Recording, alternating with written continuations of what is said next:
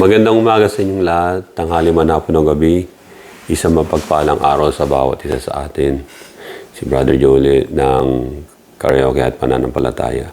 Bago ko simulan ang aking pagbabahagi ng salita ng Diyos ay nais ko munang umawit ng isang himno na nagmumula sa Book of Psalms, chapter 1, at lalagyan ko na lang ho ng tono.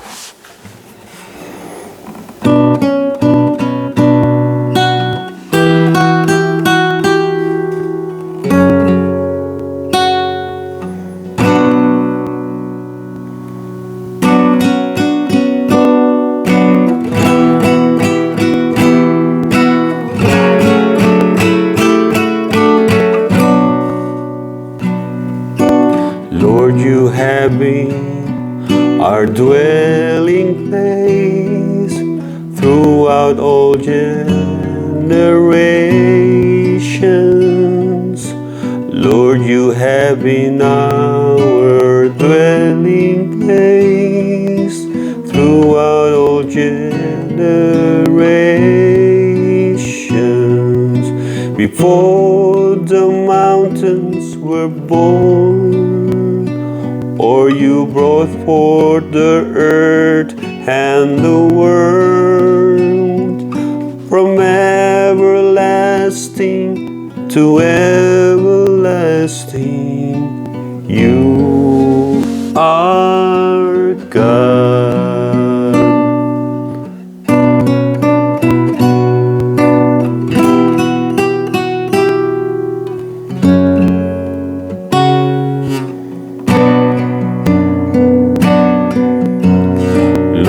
You have been our dwelling place throughout all generations.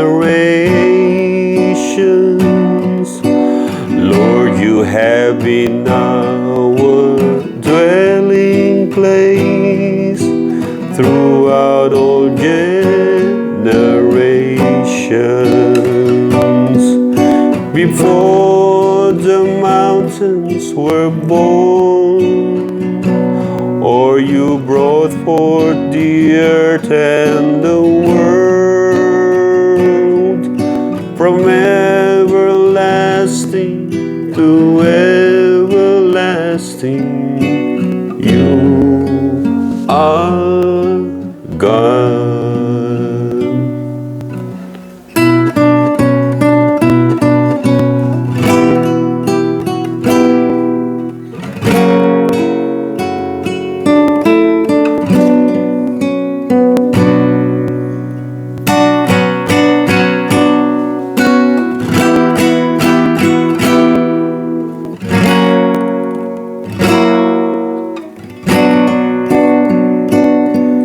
Before the mountains were born, or you brought forth the earth and the world,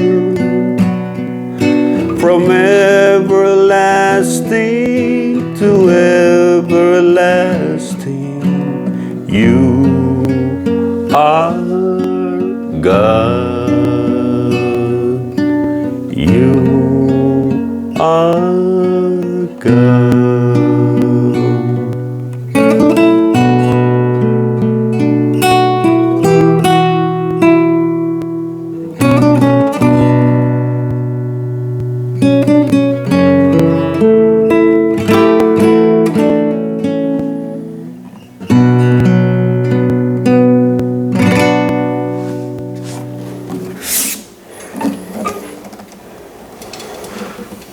Kamusta na ulit kayo mga kaibigan, mga kapatid? Yung unang ni-record ko na about sa introduction ng Life of Christ ay alam ko napakaingay dahil nagliliparan yung mga eroplano ng Air Force Base doon sa malapit sa lugar ko. At maingay yung mga tunog ng mga kapitbahay, may mga nagpupukpok. Nadidistract ako at ingay din ng mga alaga kong itik. Pero nais kong ulitin din. Sapagkat ako hindi magsasawang ulitin yung mga mensahe na yon sapagkat ay napakasarap na pag-aralan at unawain. At higit sa lahat ay mapakinggan ng bawat isa. Nais ko munang basahin ang dito sa John chapter 5 verse 39 hanggang 40. Bago ako magsimula sa ulitin ko at lalo kong ibabahagi sa inyo ng malinaw at naunawa nating lahat. Muli, ako ay nag-iimbita sa inyo na kung hindi pa kayo nakakapag-subscribe ay please mag-subscribe po kayo. At maraming salamat po kung mag-subscribe kayo at kung hindi rin naman. No. So, John chapter 5 verse 39.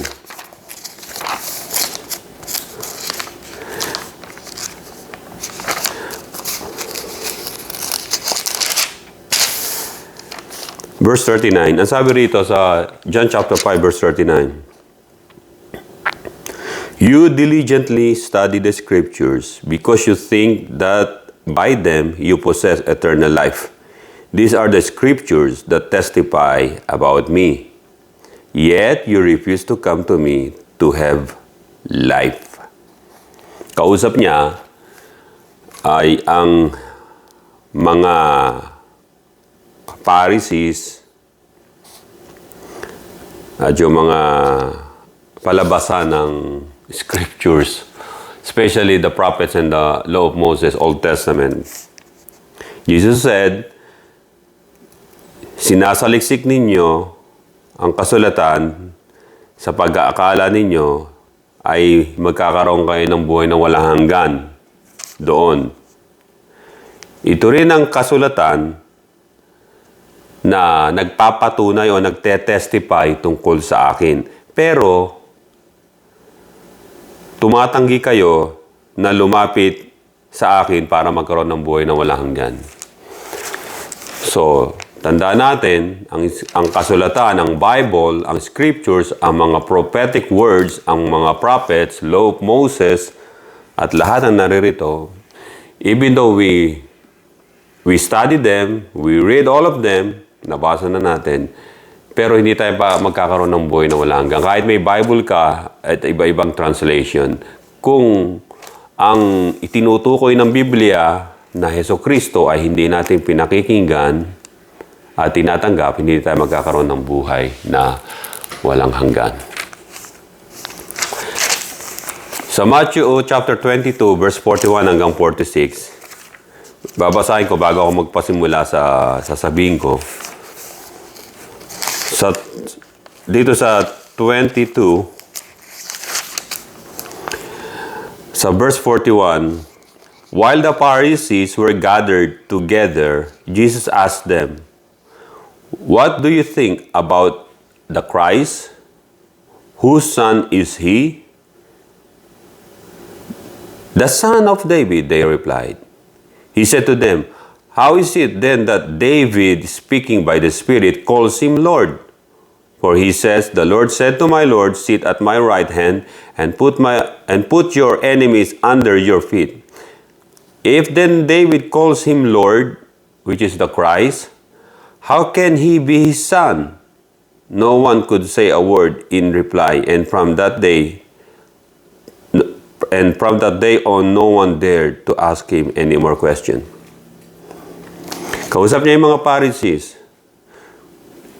Tinanong ng Panginoon, straight to the point, ano sa palagay ninyo ang Kristo na darating o paparito?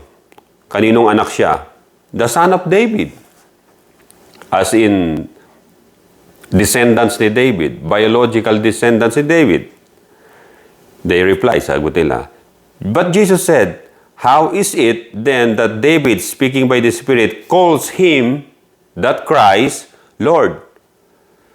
For he says, the Lord said to my Lord, sit at my right hand until I put your enemies under your feet.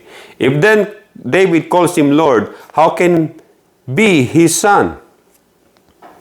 Kung si David, tinawag niya na Lord, yung Christ na darating, paano magiging anak niya? Sapagkat nag-exist na yung Christ. So, hindi na nakasagot yung mga Pharisees. Yan ang itatopic ko sa inyo. First, ulitin ko, this is irirido ko ang introduction of the life of Christ. Introduction ng life of Christ. Yung binasa ko na yun para sa introduction. Around 6 BC, nagkaroon ng isang pangyayari. Kasi ang Israel, nung nasakop muna sila ng pinagarian sila ng mga Greeks through Alexander the Great at yung mga iba pang mga panahon na dumaan, nagkaroon ng mga revolt doon. Pero 400 years na walang message ang mga prophet ay ng silent years.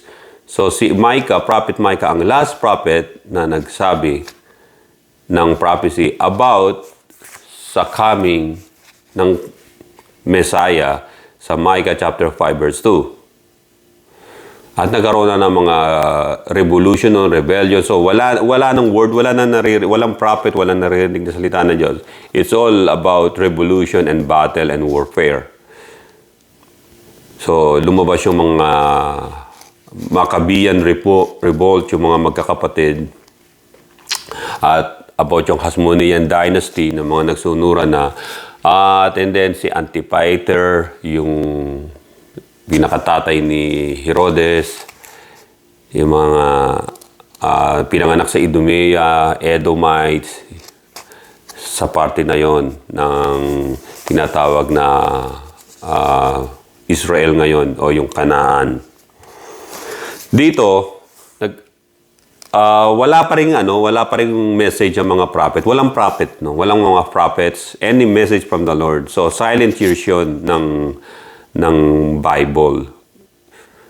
And then nung 6 BC, merong isang pangyayari. Nagkaroon ng tinatawag na conjunction of Jupiter, Saturn, and Mars.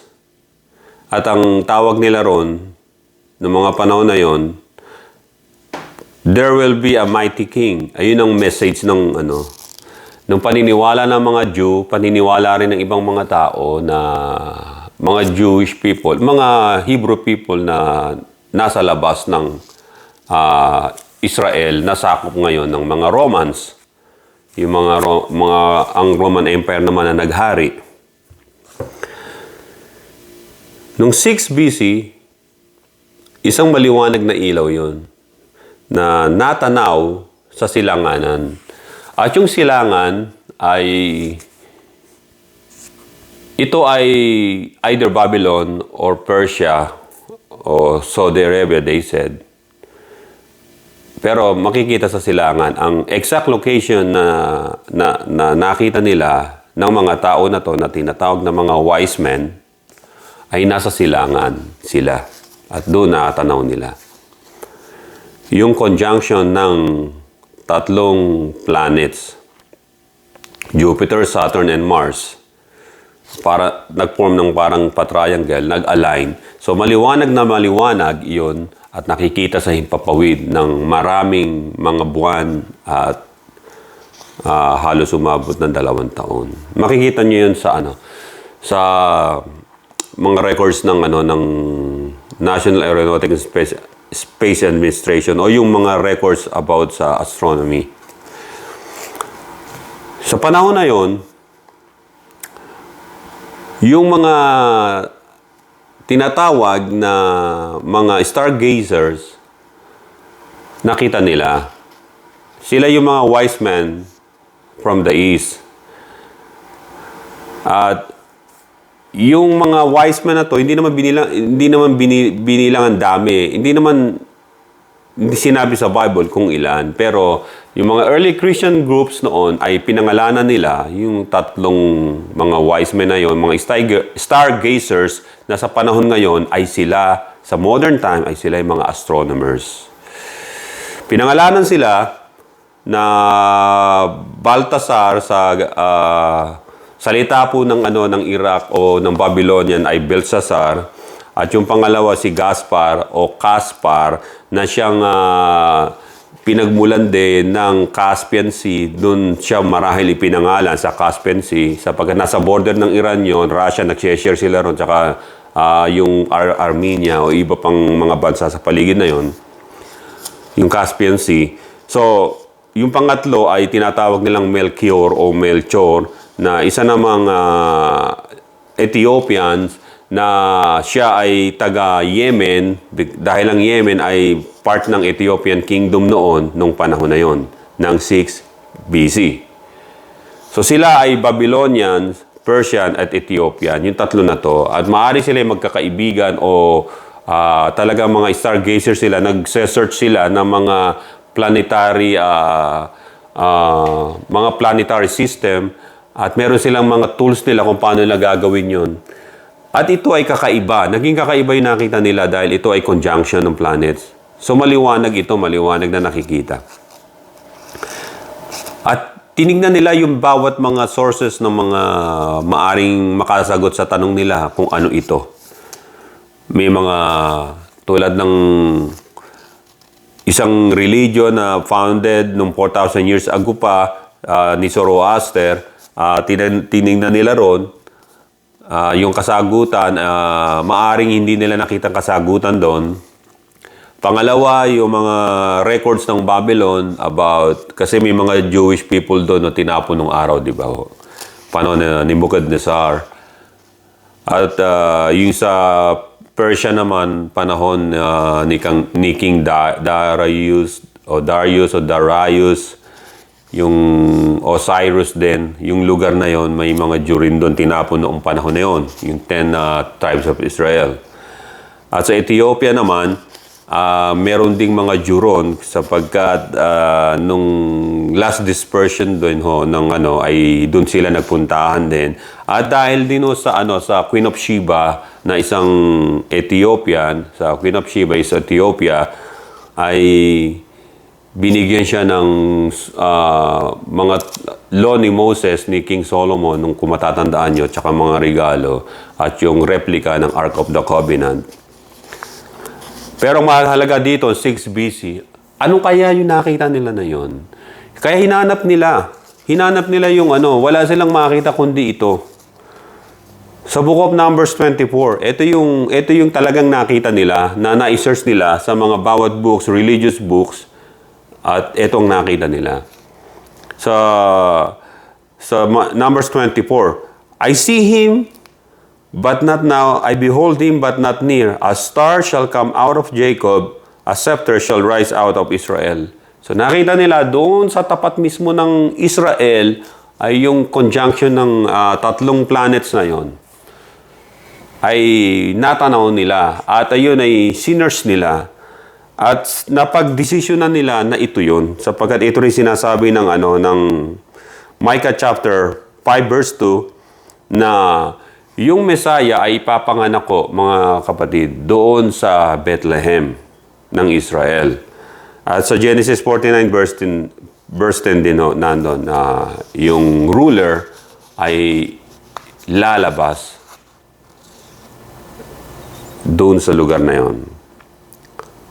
At alam rin ng mga tao, alam nyo, nakipag-usap ang Panginoon sa Kristo nung sa mga Hudyo sa John chapter 7 verse 49 na ang paniniwala ng mga Hudyo talaga ay yung Christ o yung Messiah ay lalabas mula sa Bethlehem. Pero ang akala nila, si Jesus Christ ay taga Nazareth at doon pinanganak, isang Galilean. So, hindi nila alam ng early years o yung baby pang Panginoon, doon siya pinanganak sa Bethlehem. So, nung nakita nila yon ay 6 BC. Pero pinanganak ang Panginoon, tandaan nyo, hindi ho 6 BC. Hindi 5 BC, kundi 4 BC. Yun ang taon talaga na siya'y pinanganak. Paano nangyari yun na yun ang taon na siya pinanganak? Kasi kung 6 BC, lumabas yung star, ibig sabihin, sabay nanganak si Mary, lampas na sa edad siya ang Panginoon sa Kristo nung nag-ministry siya. So, lampas na siya. Kasi namatay ang Panginoon sa Kristo ng 33 AD. Nag-ministry siya ng almost 3.5 years sa mundo. AD 30, nagsimula na siyang 30 years old, 30 years old, nagsimula na siyang mag-ministry.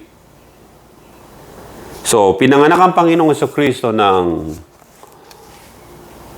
4 BC. At ang ginagamit natin ngayon is a Gregorian calendar.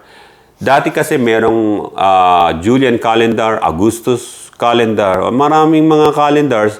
Ito ang eksakto at may pagka-precise na calendar na madedetermine natin yung paglabas ng star, yung star na yon.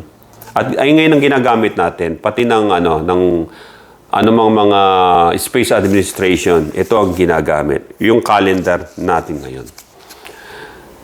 Nung makita nila yon, ay itong tatlong ito ay nag-search talaga sila. At napatunayan nila na ito yon na Star of David na lumabas, nakita nila. Alam niyo yung Star of David, di ba? Yung parang triangle na dalawang pinaliktad o makikita niyo sa flag nila. So dito, nung makita nila yon, ay nagpasimulaan na sila mag-search. At pumunta sila, nag-travel sila doon sa papuntang Palestine o yung Canaan o now Israel. Samantalang nung 6 BC, hinanap nila, 2 years nilang hinanap yun. 2 years nilang hinanap yung kasagutan. So, 6 BC, 6 BC, 5 BC, 4 BC, and then they traveled doon sa Israel. Meron dalawang klaseng census, 6 BC and then 4 BC. Yung pangalawang census na ginawa ng Roman Empire, doon, makikita natin yun sa Book of Luke, panahon ni Quirinius, na yung census na yon, doon nagpunta si Jose at kasama niya si Maria papuntang Judea na lupang pinanganakan sa kanila sapagkat inutos ng mga governor ng Rome na magkaroon ng census, mabilang ang mga tao para sa taxation yon, taxation without representation. Ayun talaga yon, para malaman nila ang dami ng tao at yung mga taxes na ibibigay nila sa Roman governors o Roman Empire ng mga panahon na yun. Si Maria ay nung 4 BC ay 9 months pregnant na nung mag-travel na sila doon sa Judea dahil sa census. Para doon sila parang botante ka kung saka pinanganak, doon ka dapat boboto. So, ganun din yun sila. Nagpunta doon sila. At yung mga wise men na yon ay nagtatravel na papuntang Israel. Hindi naman ganun kabilis mag-travel noong mga panahon yun dahil ang mga sasakyan lang nila, donkey at yung camel na ang bagal siyempre ng takbo nila ron sa ganun. Sa disyerto mga dumadaan. So, makikita natin na yung let's say, 3 wise men o magi ay nag-travel na going down to Israel.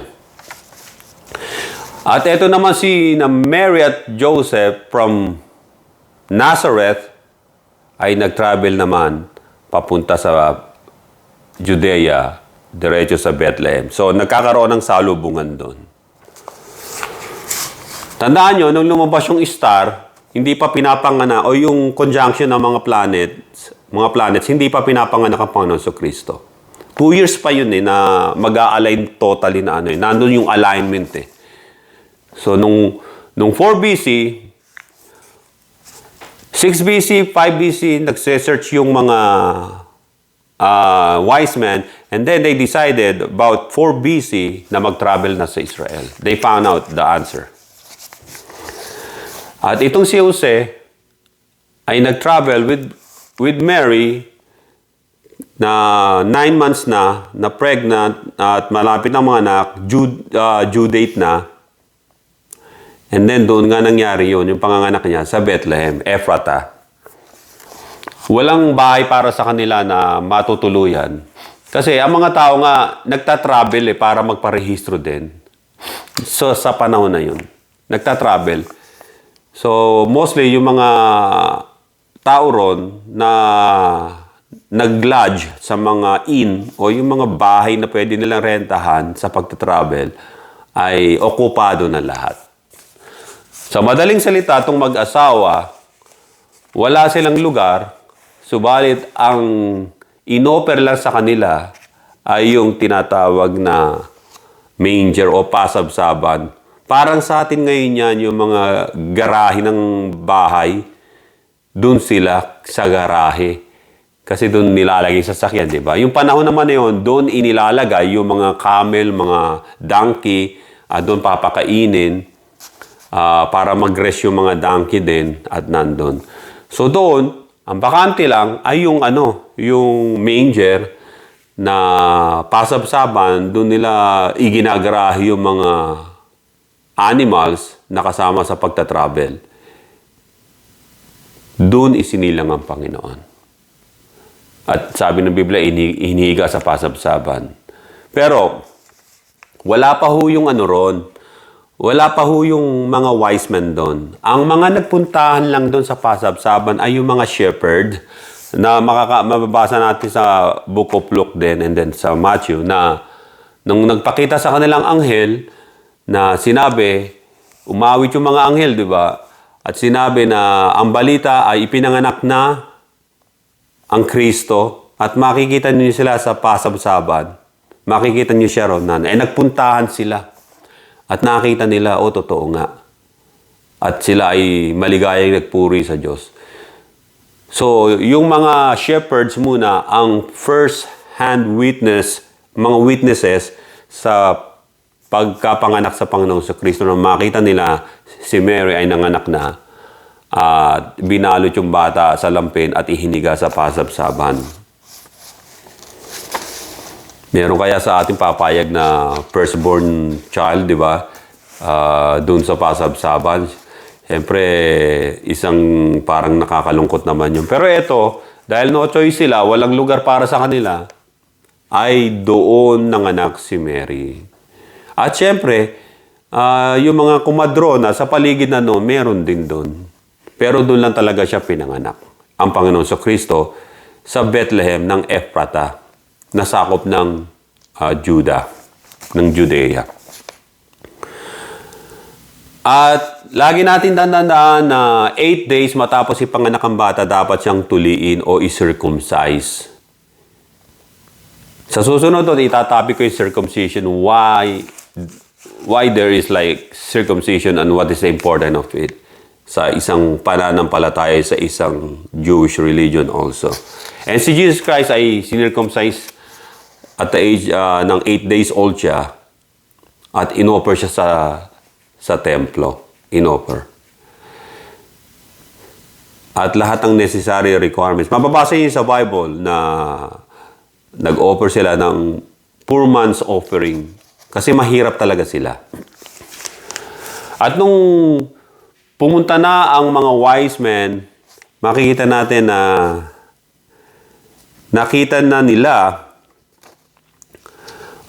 Basahin natin sa Luke chapter 2 yung pangyayari na yun.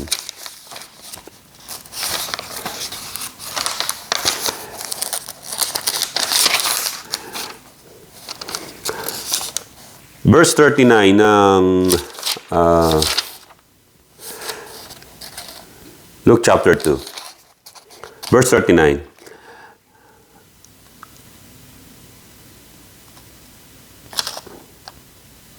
No, laktawan natin to dahil ito yung dito tayo sa sa kapanganakan na ng Panginoon sa Kristo. Ito chapter 2. Yung sinabi ko 39. Diretso na tayo rito sa 39. Okay, ito na ho. So 39 Ang sabi rito, when Joseph and Mary had done everything required by the law of the Lord, they returned to Galilee to their own town of Nazareth. And the child grew and became strong. He was filled with wisdom, and the grace of God was upon him. Ito yung bumalik na sila sa Galilee. Matapos na i-offer ang Panginoon sa Kristo doon sa templo, ay bumalik na sila sa Galilee. Pero makikita natin sa Book of Matthew naman na doon naman dumating yung mga wise men. I-chronological order ko muna. Ang unang nakakita sa pagkapanganak ng Panginoon sa Kristo ay mga shepherds sa paligid na yon, sapagkat doon lang sa malapit sa lugar na yon. Pagkatapos nasa bahay na ang Panginoong Kristo doon sa Bethlehem pa rin, nasa bahay. Maaring binigyan na sila ng pwesto para yung bata ay hindi naman doon mag-stay doon sa pasabsaban at may available room na, ay nandun na sila. Ito ay chronological na. Pagkatapos nung mai-offer na nila ang Panginoon 8 days. In-offer muna nila ang Panginoon sa templo. Pumunta muna sila sa templo. Tandaan nyo, maraming synagogue doon. Sa mga synagogue, meron tinatawag na mga priest. Yung mga rabbi nila na nandun. Either siya ay dinala sa Jerusalem o malapit lang na synagogue doon. Kung sa Jerusalem nila dinala ang Panginoon sa Kristo at nag-alay, malapit lang naman din yun. So ilang araw lang naman yun na lakad ay dinala ang Panginoon at nag-offer. Pagkatapos bumalik sila sa Bethlehem, doon sa bahay na ay nirentahan nila o doon sa lugar na yon, kasi doon din pinanganak si Jose at Mary sa lugar na yon. So kumaga sa yung old town nila, yun na mismo, yung tinatawag na parang ancestral home nila doon. At doon na dumating yung wise men, yung mga binanggit ko na may mga pangalan, na pinangalanan ng mga early Christian noon. Wala akong tutol doon kahit ano yung pangalan nila. Pero sa Bible, hindi sila mga three kings, kundi mga wise men o magi. At doon ay nakita nila ang Panginoon at inoferan nila ng gold. Ang Panginoon sa Kristo inoferan incense at myrrh. Yung tatlo na yon ay inoffer. At nung nandun na sila sa sa bahay na yon, makikita natin na basahin natin yung verse na yon. Nasa Matthew yon para mabigyan natin ng diin. Kasi ang pinag-aaralan nga natin ay ang aking tinatapik ay ang the life of Christ. Simulan natin dito nung bata pa lang siya.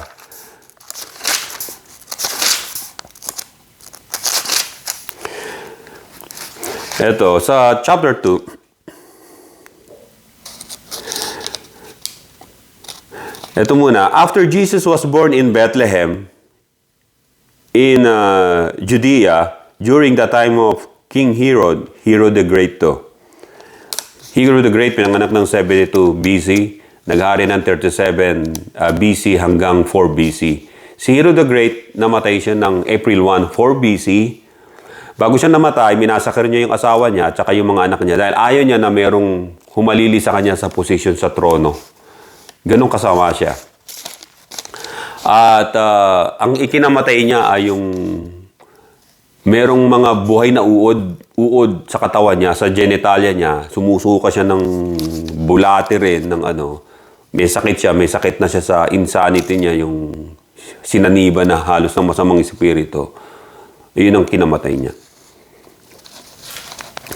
And dito, sabi rito, after Jesus was born in Bethlehem, in Judea, during the time of King Herod, Magi from the east came to Jerusalem and asked, "Where is the one who has been born King of the Jews?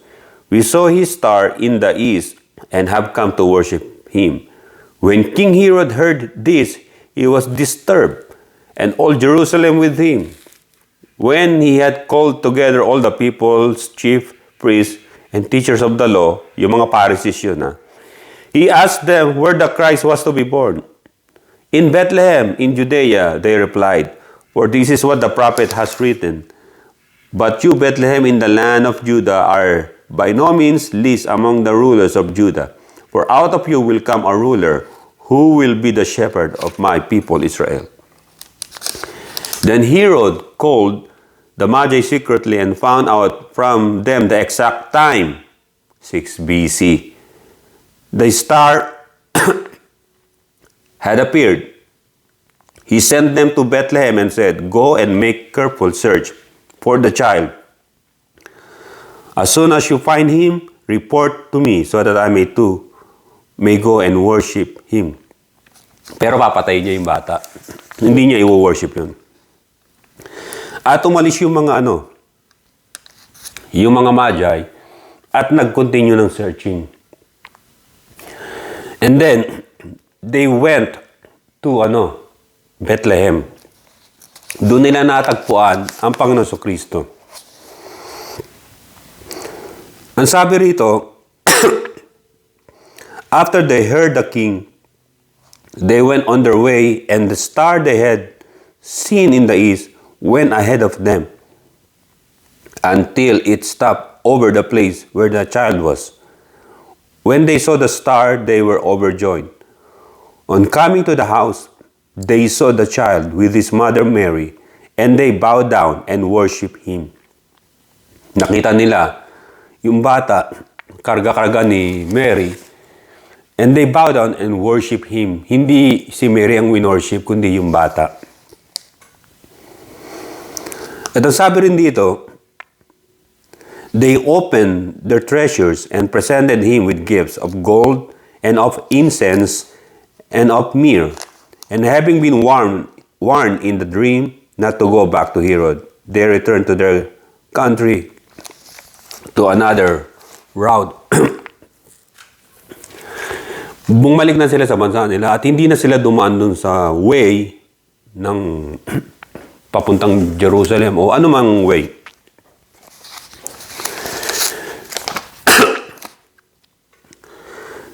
So makikita natin dito sa history pa lang ng pangyayari na to, yung mga Magi, kasi nawala sa paningin na nila yung conjunction. Hindi naman nagtatagal yan sa space o sa sky.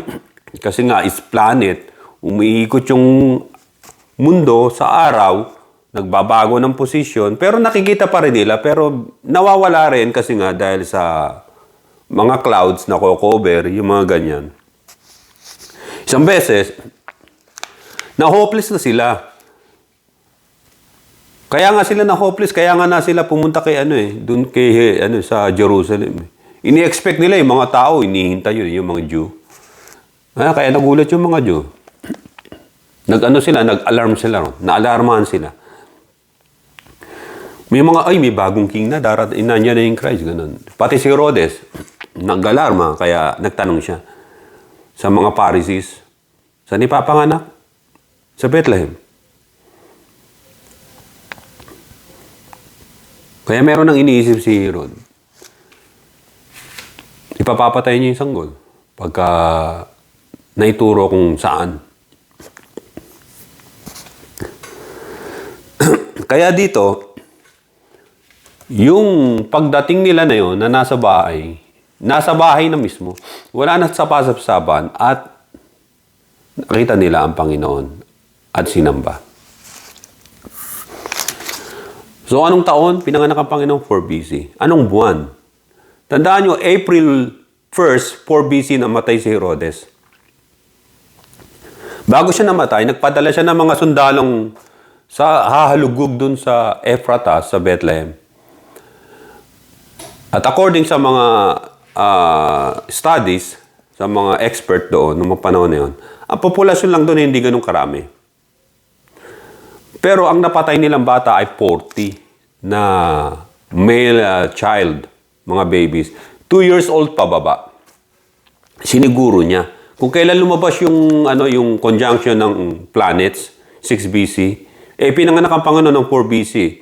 Nakarating yung mga wise men doon sa Jerusalem ng 4 BC. So, 2 years.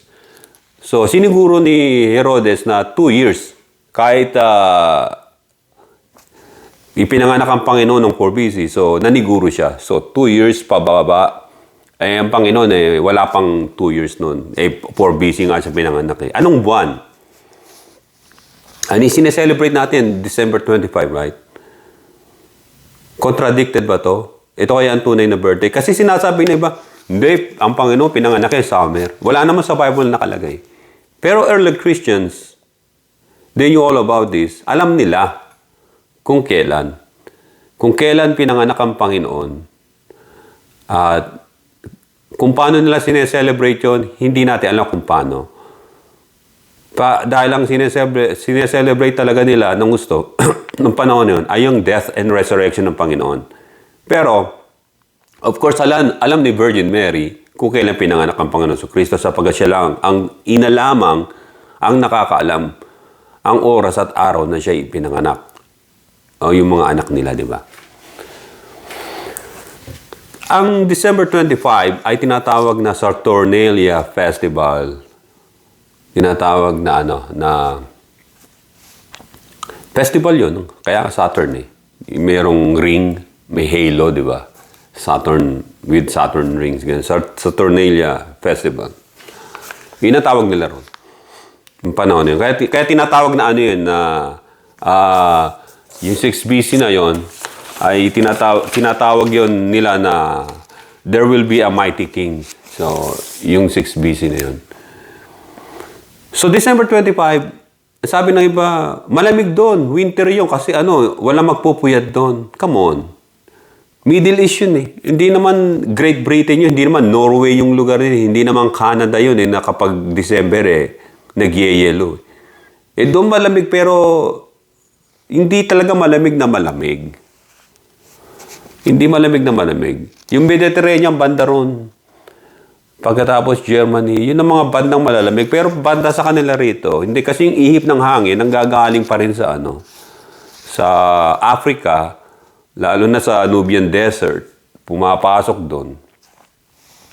At makikita natin na hindi naman ganun kalamig sa Israel. Noong mga panahon na yun, yung winter doon hindi naman nagyayelo sa Israel Kayong mga, alam ba, nakikinig kayo sa akin, yung mga nagtatrabaho sa Israel, nyo sa akin, sabi nyo kung anong weather dyan. Kasi, nagpaplano rin ako mag-travel dyan sa Israel. Siguro pag medyo okay na yung nila, yung sitwasyon nila, talaga magta-travel ako. Yung pupuntahan ko yung yung Jerusalem tsaka Mount of Olives. Alam ko yung Jerusalem, di ba, sa mapupuntahan niya kasi gwardyado ng gusto yan Sa akin, okay na sa akin yung Mount Olivet tsaka yung Bethlehem. I hope marating ko yan sa darating na mga panahon. Mag-iipon muna ako pang travel. So dito,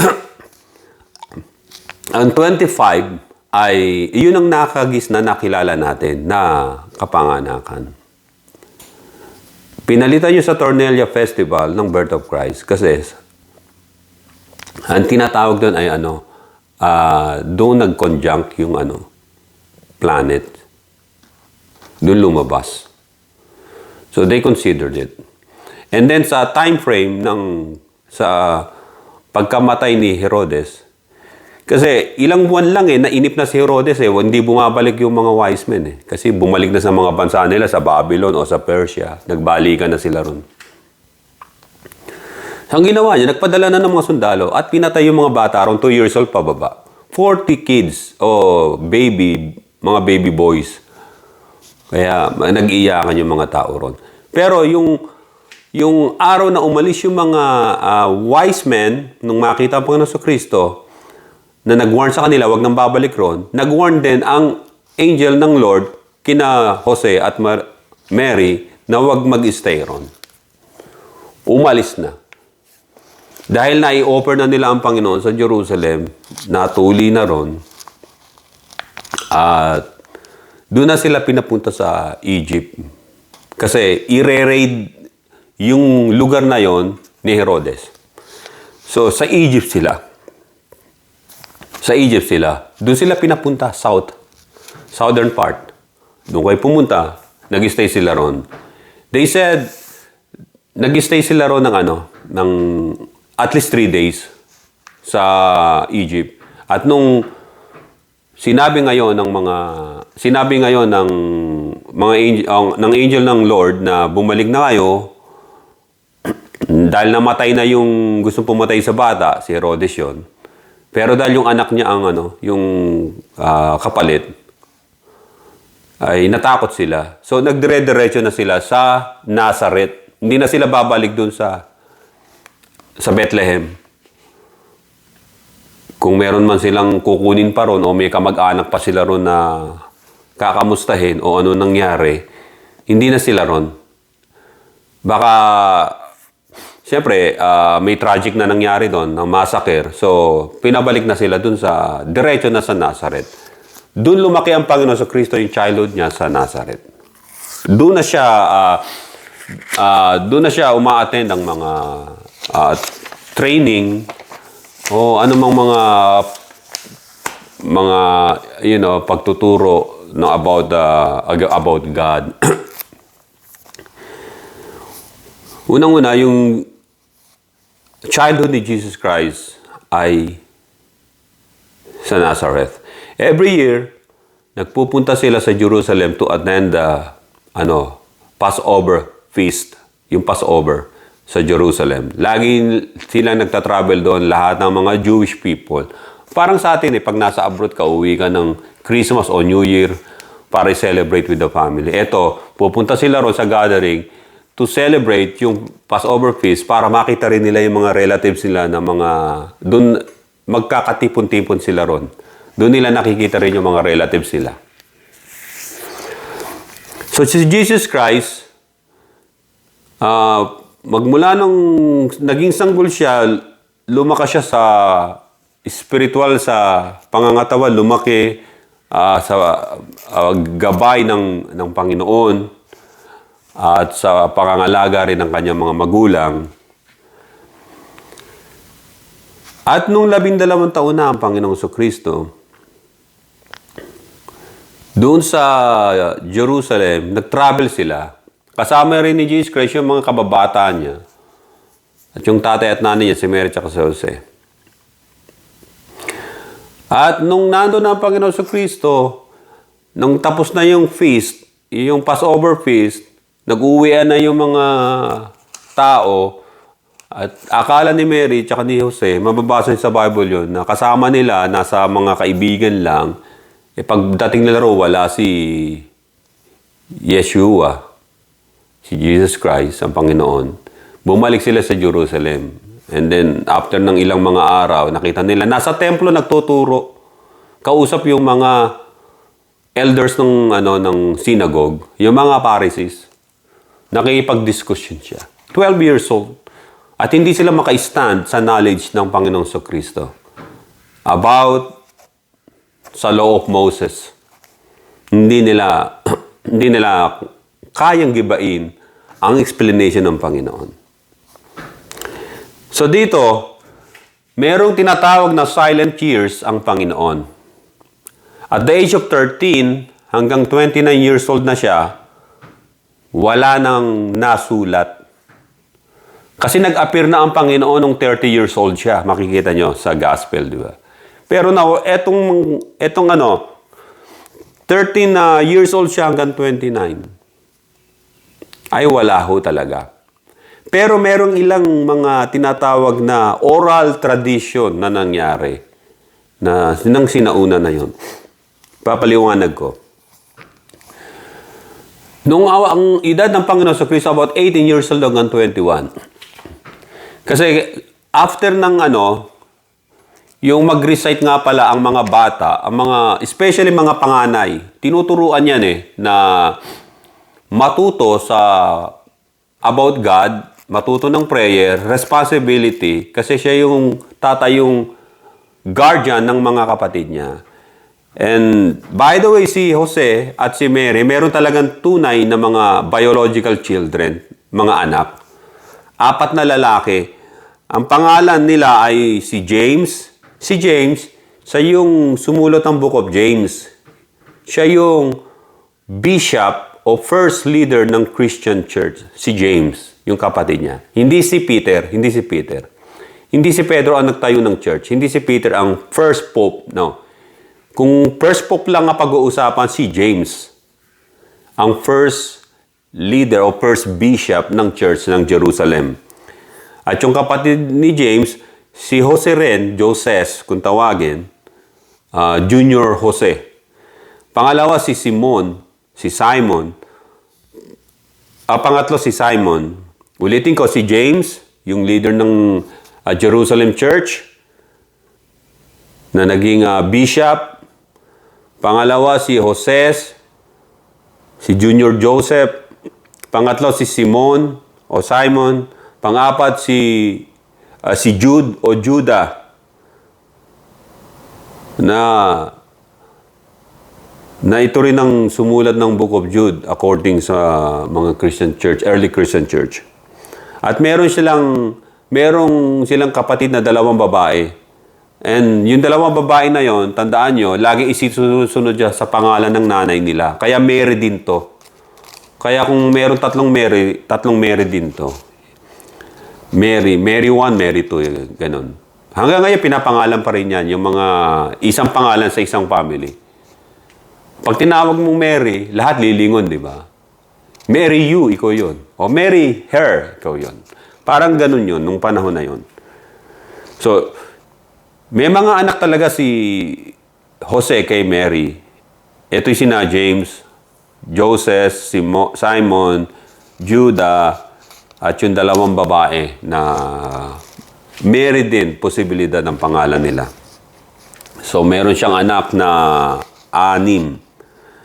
At ang Panginoon sa Kristo, ang firstborn, pinakapanganay, kaya siya ang tinuruan about the book of Moses, about the prayer. Ang Panginoon sa Kristo, nung 12 years old siya, nag-recite siya nagre-recite lagi siya ng tinatawag na Hear, O Israel, the Lord our God is one God. Yung mga prayer na ganon. And then, nung 13 years old siya, ang Panginoong Kristo ay graduate na sa ganon. Nilagyan na siya ng yung leather, tas tinalian dito, tas merong Word of God sa ulo na niya na ganon. Tas nilagyan na siya ng sa ulo. Yung mga, alam niyo yung mga costume ng mga Jewish religion noon, nilagyan siya ng leather dito, tali, tapos may Word of God dito para hindi makakalimutan according kay Moses yung Word of God. So ang tawag doon sa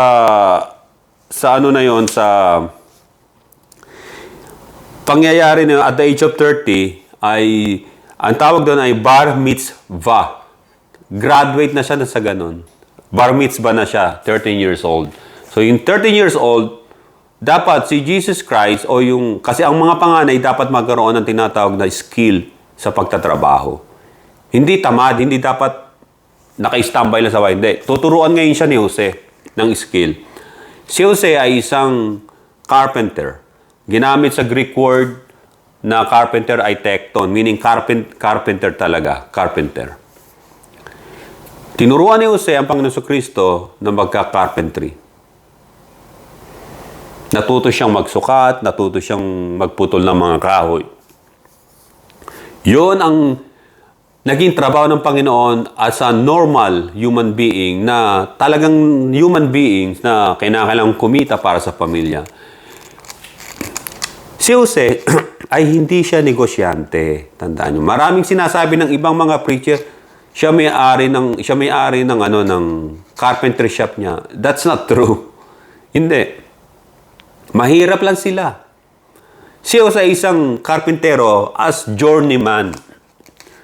Kapag nakakuha ng kontrata na may magpapagawa ng lamesa, magpapagawa ng bangko, o anumang mga pintuan ng ano, gagawin niya.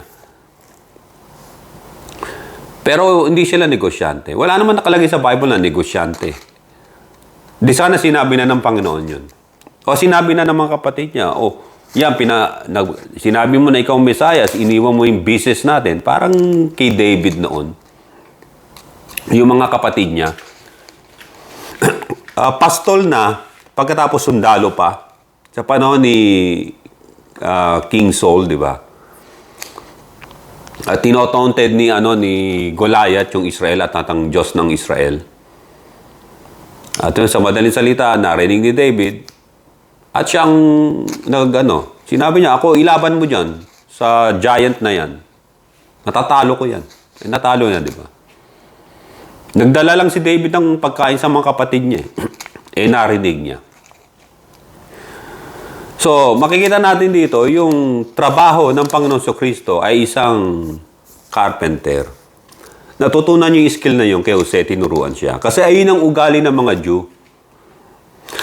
Pagkatapos ng makagraduate yung mga panganay nila, tinatawag ng bar mitzvah sa Hebrew, ay sila na ngayon ang dapat matuto na ikabubuhay nila. Hindi sila palaasa sa magulang. Sila ngayon.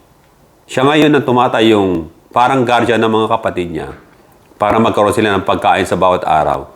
Jesus Christ used His hand para makabili ng mga pagkain nila, nagtrabaho as a carpenter.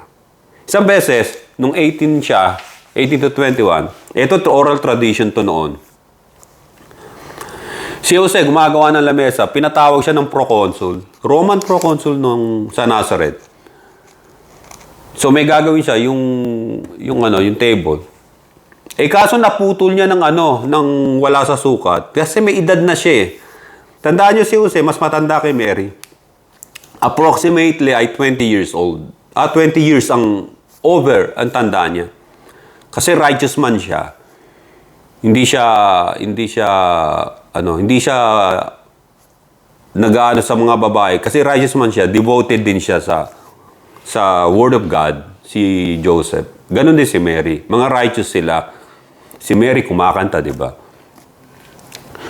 So, si Jesus Christ, nakita niya yung kanyang tinatawag na ama na si Jose, ay malungkot. Tinanong, Ama, anong nangyari? Yung father niya dito na tinawag niyang Jose. Tinawag niyang father si Jose. Tinitingnan nila, iniispat ni Jose yung hindi pantay yung lamesa. Nakaganon. Hindi pantay yung kahoy, ibig sabihin, kulang. Kulang na ganon. Tinignan ni Jesus Christ. Inalungkot si Jose. Siyempre, babayaran niya yung na yun, imbis na kumita sila. Sabi ni Jesus Christ, according sa mga oral tradition, sabi niya, Father, huwag kang mag-alala. God will siya ang gagawa ng lahat ng paraan. So, sa isang sulok, lang si Jose, malungkot. Kagan. Tinignan ni Jesus Christ. Inutusan niya yung wood na, di ba, bitin, humaba. Inutusan niya, yung wood humaba. Pumantay na. Tinawag niya yung tatay niya. Tingnan niyo nga ulit, sukatin niyo ulit. Tingnan niya, nagulat si Jose, ba't pantay na? Alam niya, bitin ng pagkaputol niya. Wala sa eskwela. Yun ang miracle na ginawa ng Panginoon na hindi naman inilagay sa Bible, pero traditionally, oral tradition, nagkalat doon sa panahon na yun. Sa Nazareth. Si Jesus Christ ay isa ring mason, karpentero, at siya ay nag-form ng mga rocks, ng mga foundation. Kaya nga yung mga turo niya about yung cornerstone, di ba? Na alam niya yung mga uri ng ganung trabaho. At yung keen observer siya sa mga paligid. Nakagagawa siya ng mga example, yung mga kwento sa parables. Alam niya yun. Hanggang sa malapit na sa ministry niya, sa panahon ng ministeryo niya. Noong panahon na yon, ang Panginoon sa Kristo, ang ginagawa niya lang, work, and then if it is time to pray, before eat, before lunch, nagpe-pray siya, nagpapasalamat, kaharap yung mga kapatid niya ron, siya nagdilid sa mga kapatid niya sa prayer. And Jesus Christ also sing. Kumakanta siya. Kita mo sa mga himno, siya ang nangunguna kung paano kumanta. He knows how to sing. Kasi yung mother niya, si Mary, singer siya. Kumakanta siya sa templo nung bata pa eh. Naging rin siya, girl bar mitzvah nung age 30 na nakagraduate din sa ganun. So, yung ang pagkanta ng Panginoon sa Kristo, alam niya. Baka nagpe-play pa nga siya ng musical instrument eh. Ayun ang possibility na sinasabi ng ibang mga Bible scholar na he knows how to sing, he knows how to play the guitar, o the harp, o yung lyre na ginagamit noon ng mga tao, yung harp. Ganon. Parang King David. Kasi nga, mula siya doon sa tribe o sa family ni King David. Mga singer sila, musician. So, yun ang buhay niya. So, hindi man nasulat sa Bible yung silent years na yon kasi namuhay siya as a normal human being na nagtrabaho, ginamit niya ang kamay niya sa pagtatrabaho. Ginamit niya. At hindi sila mayaman talaga. Hindi negosyante ang Panginoon sa Kristo. Ginagawa lang dahilan ng ibang mga preacher yun kasi while they're preaching, nag-set up sila ng business nila. But the Lord Jesus Christ, no. Mahirap lang talaga siya. Mahirap lang sila. Kumakain lang sila sa gusto nilang pagkain na oras kapag nagkapagtrabaho na sila.